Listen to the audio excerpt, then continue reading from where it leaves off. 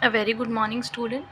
Today we'll start what are the in the previous video we had discussed what are the inventory and what are the different types of inventory, what is closing inventory and what is opening inventory. In this video we'll start other basic accounting terms of accounts. Okay, so here is trade receivable. What are the trade receivable? Trade receivable क्या होता है?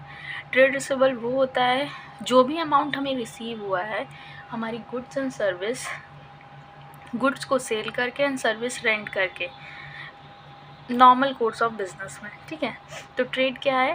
A trade receivable is refer to the amount receive on account of sales of goods and service rendered by a company in the normal course of action. ठीक है, ये हमारा था trade receivable. After that we have trade receivable. हमारे two types के होते हैं, debtor and bill receivable. Both are asset. अगर हमारे बैलेंस शीट में अगर हम बनाएंगे, डेटर किस साइड जाएगा? Asset side.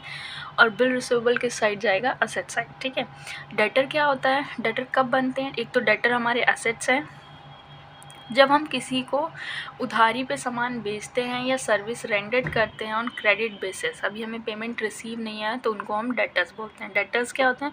Debtor represent a person, firm और अ इंस्टीट्यूशन. ठीक है, to whom goods has been sold and service rendered on a credit and the payment has not been received yet. अभी हमें payment receive नहीं हुई है. ठीक है, हमने उधारी पे सामान बेचा है या सर्विस रेंडेड की है. बिल रिसीवेबल का एक डॉक्यूमेंट है जो कस्टमर बनाते हैं, इसमें ड्रॉयर एंड ड्रॉई होता है. वो एग्रीमेंट देते हैं कि हम फ्यूचर में आपकी पेमेंट कर देंगे. ठीक है, after that we have trade receivable. Trade receivable क्या होते हैं? Sorry, trade payable. Trade payable क्या होते हैं? हमने ट्रेड रिसीवेबल का जस्ट अपोजिट हमने क्या किया था? Any expense incurred to the vendor, supplier or third party of a goods and service provided beginning their product for the customer. ठीक है, कोई भी एक्सपेंस हमने इनकर्ड किया है वेंडर से और द थर्ड पार्टी हमने गुड्स रिसीव किया है ऑन क्रेडिट बेसिस, उसमें हमने क्या किया था? अमाउंट रिसीव हुआ था, इसमें हमने एक्सपेंस किया है, हमने पैसे नहीं दिए हैं. ठीक है, अब हमारा ट्रेड पेबल टू टाइप्स के हैं, that is creditor and bill payable. Creditor just opposite है डेटर का. जब हमने सामान बेचा था उधारी पे या सर्विस रेंडेड की थी ऑन क्रेडिट बेसिस तो हमारे डेटर बने थे. अब हमने सामान ख़रीदा है या सर्विस ली है हमने क्रेडिट बेसिस पे, पेमेंट अभी नहीं किया तो हमारे क्रेडिटर्स बनेंगे. डेटर क्या थे? असेट्स. क्रेडिटर हमारे क्या है? लाइबिलिटी. ठीक है, bills payable just opposite bills receivable का एक डॉक्यूमेंट है जो कब हम बनाते हैं? जब हम क्रेडिट पे क्या करते हैं? सेल करते हैं, सॉरी परचेज़ करते हैं. ठीक है, क्रेडिट पे परचेज़ करते हैं तब हम क्या बनाते हैं? Bills payable. ठीक है, अब गुड्स क्या है? गुड्स वो चीज़ होती हैं जिसमें हमारा बिजनेस डील हो रहा हो, उसको हम गुड्स बोलते हैं. और गुड्स को हम स्टॉक लिखते हैं अकाउंटिंग इक्वेशन में और परचेज और सेल्स से डिनोट करते हैं. कहाँ पे? हम जर्नल एंट्रीज में. ठीक है, तो गुड्स क्या है? Goods include all those things which are purchase for resale on which use of producing the finish product which also meant to sold. Goods वो सामान है जो हमने परचेज़ किया है उसको रीसेल करने के लिए, या हमने परचेज़ किया है अपने गुड्स को जो हमारे वर्क इन प्रोग्रेस गुड्स हैं या हमारे जो गुड्स हैं उनको फिनिश गुड्स में, ताकि हम उनको सेल कर सकें. कॉस्ट क्या है? हम जाते हैं ना, बोलते हैं इसकी कॉस्ट है, इसकी प्राइस क्या है. Cost can be term as the amount of the resource given in exchange of some goods and service. जो भी हमने गुड्स एंड सर्विस कंज्यूम किए उसके इन रिटर्न जो हमारा उसका प्राइस है उसको हम कॉस्ट बोलते हैं. ठीक है, after that we have voucher. Voucher क्या है? एक डॉक्यूमेंट है. ठीक है, on the basis of which transaction first recorded, उसी के बेसिस पे हमारा फर्स्ट ट्रांजेक्शन हम रिकॉर्ड करते हैं. वाउचर को हम कैश मेमो भी बोल सकते हैं क्योंकि कैश मेमो मिलेगा लीगल डॉक्यूमेंट. ठीक है, डिस्काउंट क्या है? डिस्काउंट कोई ऑफ़र हो हमें मिल जाता है जो हमारी MRP होती है उससे कम हमें देना पड़ता है. ठीक है, उसको हम डिस्काउंट बोलते हैं. ठीक है, तो डिस्काउंट क्या है? Is an either an allowance offered by a seller to of a goods out of the selling price of a goods and deducted from making to promote a payment, ठीक है। अब हमारे दो तरह के डिस्काउंट है, एक हमारा ट्रेड डिस्काउंट है और एक हमारा कैश डिस्काउंट है। ट्रेड डिस्काउंट क्या होता है, फिक्स परसेंटेज होता है, ठीक है, फिक्स परसेंटेज होता है, सबके लिए होता है और it is not recorded in the books of account, ठीक है। ट्रेड डिस्काउंट क्या है, डिस्काउंट ही है, टाइप ऑफ डिस्काउंट है, डिस्काउंट मतलब हमें छूट मिलेगी, ठीक है, MRP से कम देना पड़ेगा, मगर ये फिक्स रेट ऑफ इंटरेस्ट होता है और सबके लिए होता है, ठीक है, फॉर ऑल, ठीक है, सबके लिए होता है और ये बुक में हम रिकॉर्ड नहीं करते हैं, ठीक है, हम डिडक्ट करके अमाउंट लिखते हैं, मगर ट्रेड डिस्काउंट नाम का हम कोई रिकॉर्ड नहीं करते हैं, ठीक है। कैश डिस्काउंट क्या है, ट्रेड डिस्काउंट के बाद हमें कैश डिस्काउंट मिलता है, पहला पॉइंट, ठीक है।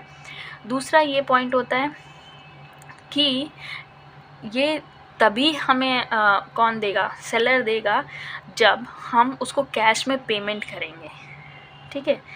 तो ट्रेड डिस्काउंट क्या है, फिक्स परसेंटेज मिलता है और सबको मिलता है और रिकॉर्ड नहीं होता है। कैश डिस्काउंट सबको नहीं मिलता, जो कैश पेमेंट करते हैं उनको मिलता है, पहले ट्रेड डिस्काउंट मिलेगा उसके बाद कैश डिस्काउंट मिलेगा और इनको हम बुक्स में दिखाते हैं, ठीक है। तो कैश डिस्काउंट क्या है, when a discount is allowed to the customer for making promote payment is called cash, ठीक है, it is always recorded in the books. तो अगर हम बात करें डिस्काउंट क्या है, डिस्काउंट हमारा छूट होता है, ठीक है, जो हमें मिलता है MRP से कम पे, ठीक है। डिस्काउंट हमारे दो तरह के हैं, एक हमारा ट्रेड डिस्काउंट है और दूसरा हमारा कैश डिस्काउंट है। ट्रेड डिस्काउंट हम सबको देते हैं, फिक्स परसेंटेज होता है और हमारी बुक में रिकॉर्ड नहीं होता है, ठीक है।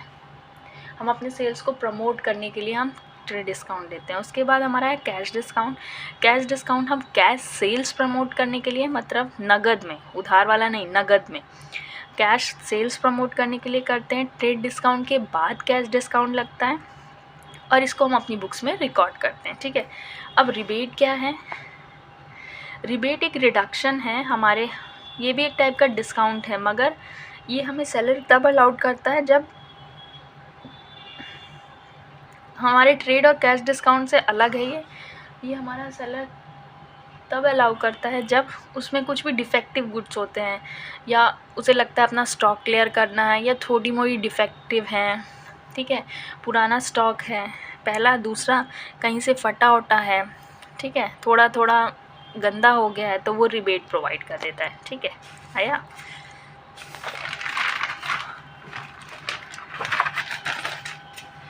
After that we have goods and service tax which is known as GST, ठीक है। GST क्या है, हमारे जितने भी पहले हमारे क्या थे, इनडायरेक्ट टैक्स, बहुत सारे इनडायरेक्ट टैक्स लगते थे, अब सारे इनडायरेक्ट टैक्स को मिला के गवर्नमेंट ने एक GST बना दी है, ठीक है, जिसको हम गुड्स एंड सर्विस टैक्स कहते हैं।